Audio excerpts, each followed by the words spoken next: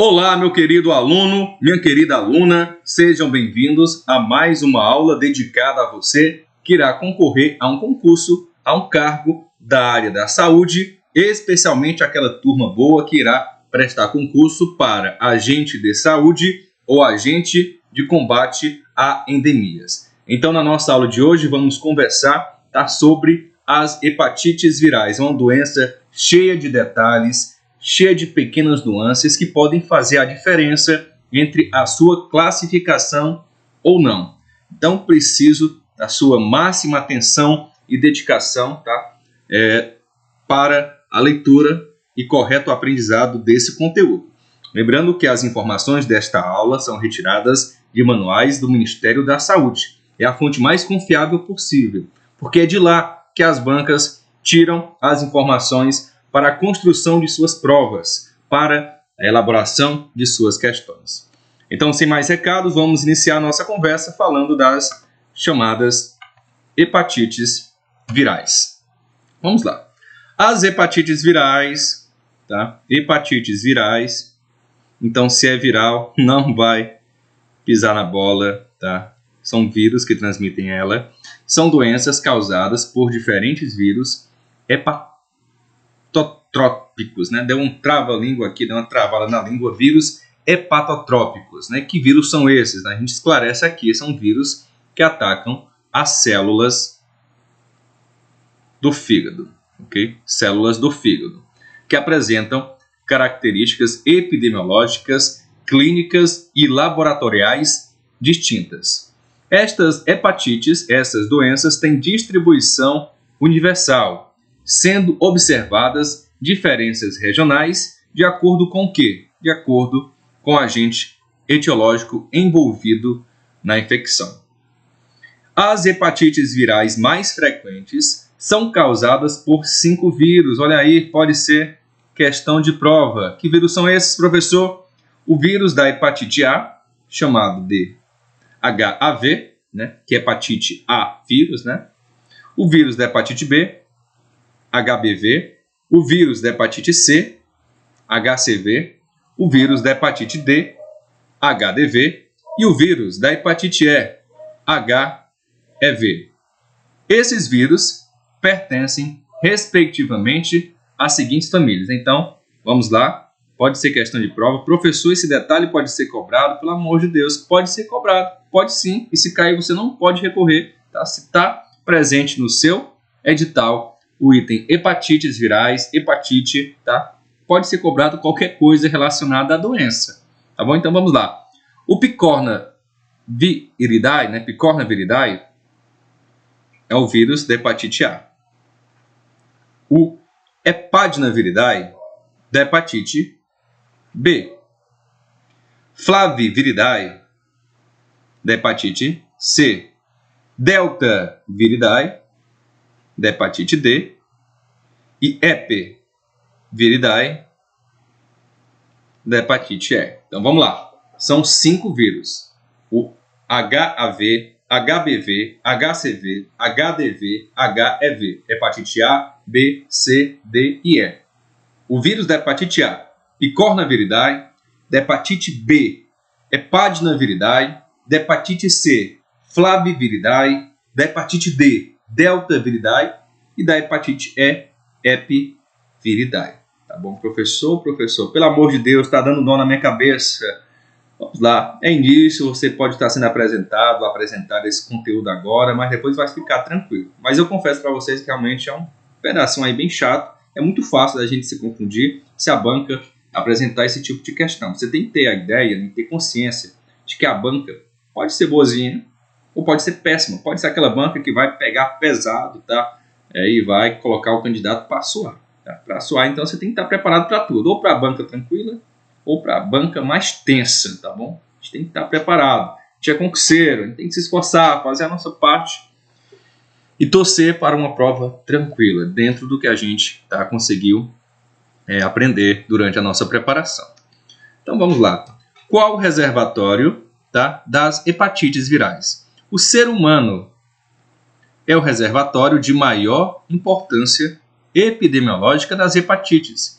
Na hepatite E, olha aí, hepatite E Estudos mostram que suínos, roedores e aves, entre outros animais, também podem ser reservatórios, o que classifica alguns dos genótipos da hepatite E como uma zoonose.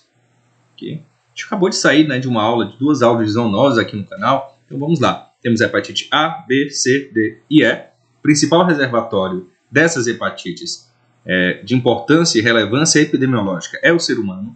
Porém, abre aspas, na hepatite E, alguns animais também, tá, podem ser reservatórios relevantes. Tá? E algumas hepatites E, alguns genótipos, né, variantes dela, podem ser classificadas como zoonose. Então, a única hepatite que pode ser classificada como zoonose é a hepatite E. Ok? O hepatite é vírus, né? O H é V. Vamos lá. Hepatites virais, qual o modo de transmissão? As hepatites A, tá, e as hepatites E são transmitidas por via fecal oral e estão relacionadas a saneamento básico, higiene pessoal, relação sexual desprotegida, né? Esse contato aqui, e a qualidade da água e dos alimentos. Então, temos hepatite A, B, C, D e E. Não é isso? Vamos lá. Hepatite A, B, C, D e E. É só lembrar que as duas extremidades, né, as duas pontinhas aqui, elas, tá, têm transmissão via fecal oral. Então é só lembrar que são as hepatites, né, das duas extremidades, né, quando a gente organiza dessa forma. A, B, C, D e E. Relacionadas a saneamento básico, higiene pessoal, relação sexual desprotegida, né, contato boca, ânus, qualidade da água e dos alimentos. Já as hepatites virais, né, B, C e D, né, que é a hepatite delta, são transmitidas pelo sangue, via parental, via percutânea e via vertical. Então, são 3 formas aí, né? Transmissão pelo sangue. Pelo sangue são 3 formas. Via parental, percutânea e vertical. Então, a banca pode cobrar isso aí facilmente como questão de prova. Então, esteja atento a tudo isso. A gente sente, né? Poxa, isso aí pode cair, a banca pode jogar isso aí na minha prova. Vou me preparar, vou ficar bem atento. Pode ser transmitido também pelo esperma e por secreção vaginal, né, que são vias sexuais. Então, temos aqui, né, pelo sangue e as vias sexuais, né, principalmente, né, pelo esperma e por secreção vaginal. Transmitida pelo sangue de 3 formas, parental, percutânea e vertical. A transmissão pode ocorrer pelo compartilhamento de objetos contaminados, como lâminas de barbear e de depilar, escovas de dente, alicates e acessório de manicure e pedicure, materiais para colocação de piercing e para a confecção de tatuagens, materiais para escarificação da pele, né, que é arranhar a pele nos rituais religiosos, instrumento para uso de substâncias injetáveis, inaláveis como a cocaína e pipadas como crack. Além disso, a transmissão também pode se dar em acidentes com exposição a material biológico, procedimentos cirúrgicos e odontológicos, hemodiálise, transfusão e endoscopia, né, entre outros, quando as normas de biossegurança não são aplicadas.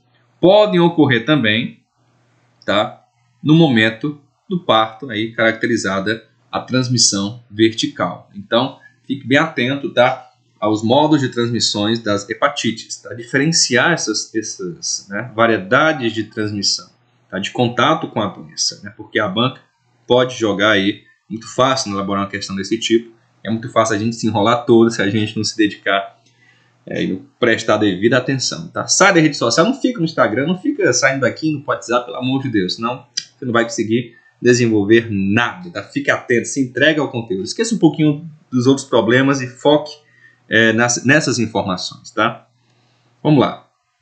Vamos falar agora sobre as manifestações clínicas, né? Os tipos de hepatites. Então, a primeira que a gente vai ver aqui é chamada hepatite aguda, que tem o período prodômico ou pré-icterício. Vamos lá falar da hepatite aguda e desse período, né? Que pode ser chamado de prodômico ou pré-icterício. Ocorre após o período de incubação do agente etiológico e anteriormente ao aparecimento da icterícia. Os sintomas são inespecíficos, né? Pode estar ligados a qualquer doença, anorexia, náuseas, vômitos, diarreia ou, raramente, constipação, que é a dificuldade em evacuar. Febre baixa, cefaleia, mal-estar, astenia. Professor, o que é astenia? Diminuição da força física. E fadiga.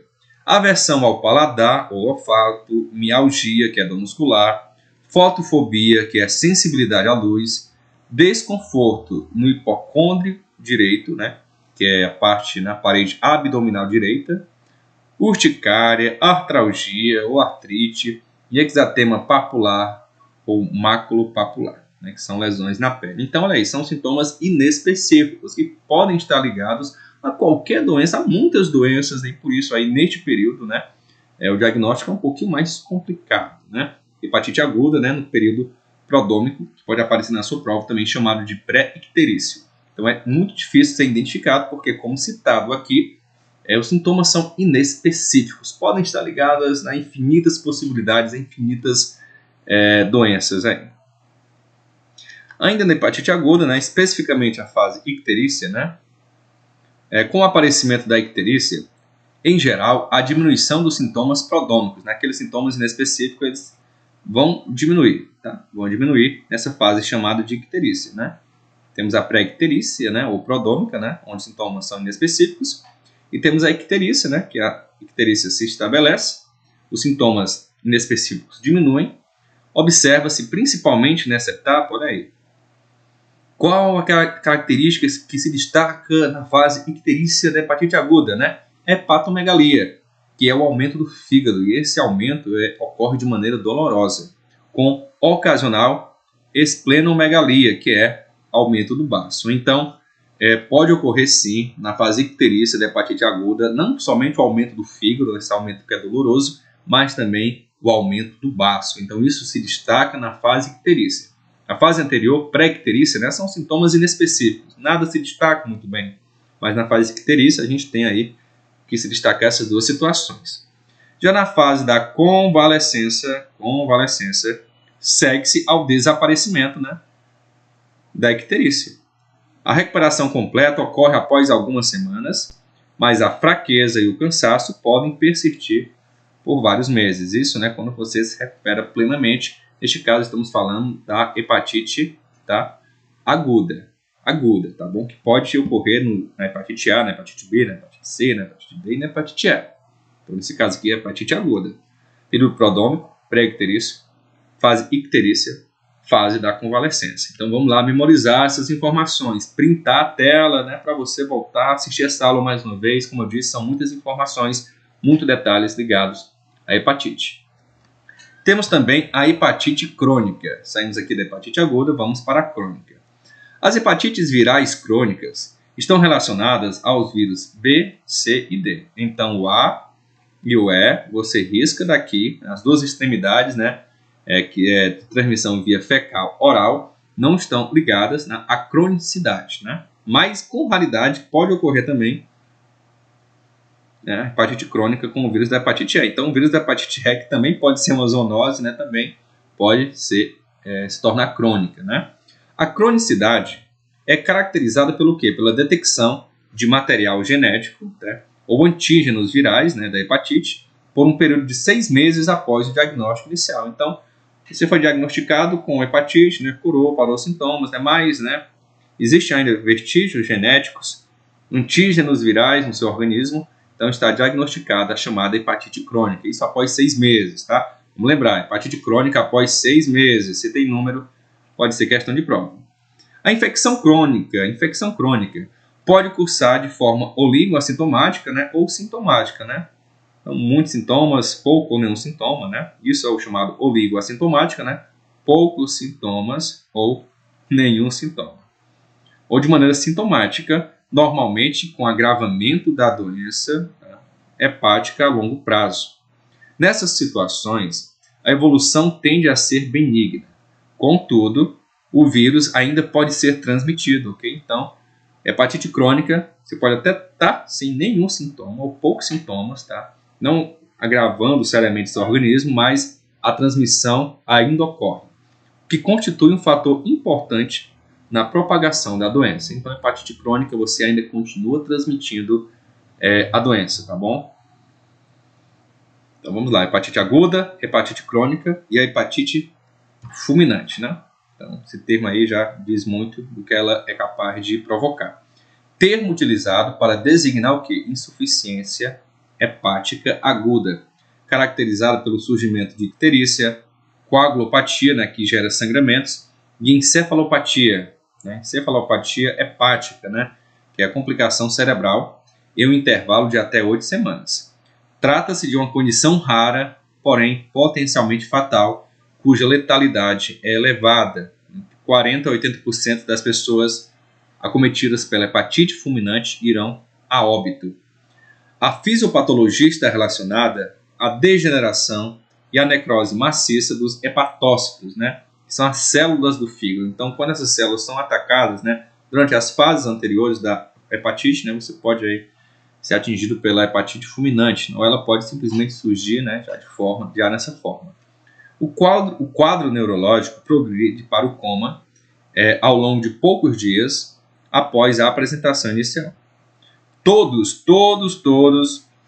os 5 tipos de hepatites virais podem causar a chamada hepatite fulminante. Okay? Então, são 3 tipos de hepatite, né? Lembrando que os 3 tipos estão ligados aí a todas as hepatites, exceto a hepatite crônica, né? Que não se apresenta na A. Né? A gente viu que raramente ela pode se ocorrer de maneira bem rara, hepatite E que também pode ser classificada como zoonose. Vamos lá. Prevenção e controle. Para as hepatites A e E, após a identificação dos primeiros casos, deve-se estabelecer medidas, né? Deu uma enrolada na língua aqui.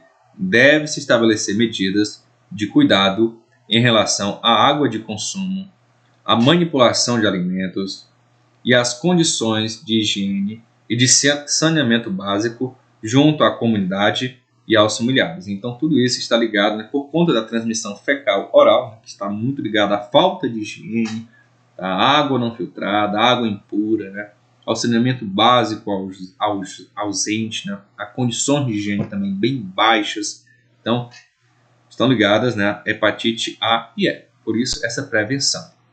Para evitar a transmissão fecal-oral por relação sexual, contato boca-ânus, recomenda-se higienização das mãos, genitália, períneo e região anal, antes e após as relações sexuais, bem como, olha aí, higienização de vibradores, plugs anais e vaginais, além do uso de barreiras de látex durante o sexo oral anal e de luvas de látex para dedilhado. Aí você não sabe muito bem o que é algum desses itens, vai lá, o Google está aí para você explorar um pouco mais, não é a meta específica da nossa aula, mas está aí muita informação, né, para você estar atento, né, e atenta, né. Professor, mas as vias sexuais não são somente ligadas a B, C e a D? Ok, mas essa transmissão, no momento da relação sexual, né, não é sanguínea, não é por conta especificamente do sexo, mas é por conta de contatos, né, com bactérias, né, com vírus, no caso da hepatite, né, nesse contato aí, boca-ânus, tá bom? Há de se destacar isso aqui, né? Para os casos de hepatite B, C e D, nas situações em que se suspeite, né, de infecção coletiva em serviços de saúde e fornecedores de sangue ou hemoderivados, em que não sejam adotadas as medidas de biossegurança, deve-se investigar caso a caso, buscando a fonte da infecção. Quando observada a situação de surto, é necessário notificar a vigilância sanitária para a adoção de medidas de controle nos estabelecimentos. Afastamento do paciente, se necessário, de suas atividades de rotina.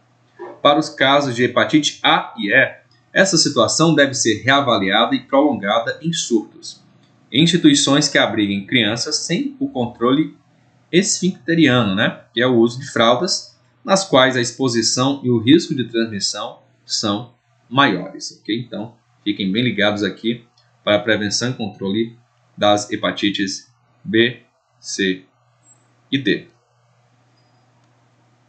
Então, vamos lá. Para prevenção ainda da hepatite B, C e D de transmissão sanguínea sexual, lembrando que sanguíneas são 3 tipos, né? Os indivíduos devem ser orientados sobre a importância do não compartilhamento de objetos de uso pessoal, como lâminas de barbear e de depilar, escovas de dente e material de manicure e pedicure. Isso aqui especificamente é bem mais difícil de se controlar na prática. Além disso, as pessoas que usam drogas injetáveis ou inaláveis devem ser esclarecidas sobre a importância do não compartilhamento de agulhas, seringas, canudos e cachimbos.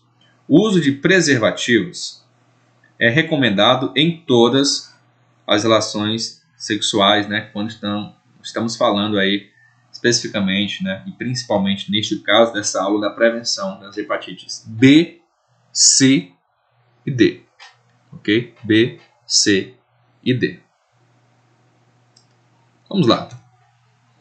Já finalzinho da nossa aula, né? Ainda falando agora da hepatite B e C, ainda sobre prevenção e controle.